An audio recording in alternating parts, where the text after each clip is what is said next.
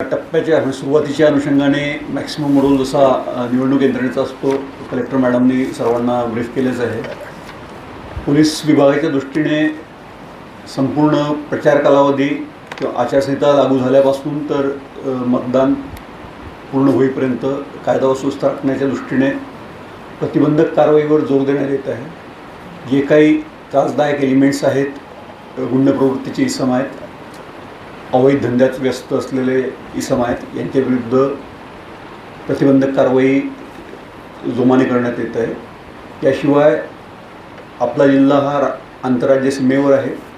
त्या दृष्टीने राज्यसीमेवर विविध 10 ठिकाणी रस्ते तसेच काही पोरस पॉईंट्स आहेत. या ठिकाणी आपण चेक पॉईंट्स तयार करतो आहे.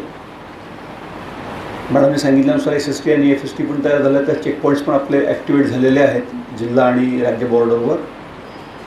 त्यात जे मनुष्यबळ आहे त्या मनुष्यबळामध्ये आणखी वाढ होईल, कारण सध्या आपला जवळपास 350पेक्षा जास्त पोलीस फोर्स हा मुंबई आणि मेट्रोपॉलिटन रिजनमध्ये जे काही निवडणूक कार्यक्रम चालू आहे त्याकरिता गेलेला आहे. आपला मनुष्यबळ तिकडनं येताच त्यामध्ये आणखी वाढ होईल आणि हा संपूर्ण कालावधी योग्य प्रकारे पार पाडावा याकरिता कायदा व सुव्यवस्था टिकवून ठेवण्याच्या दृष्टीने अवैध धंदे, शस्त्र आणि या संदर्भात सगळी कामगिरी चालू आहे.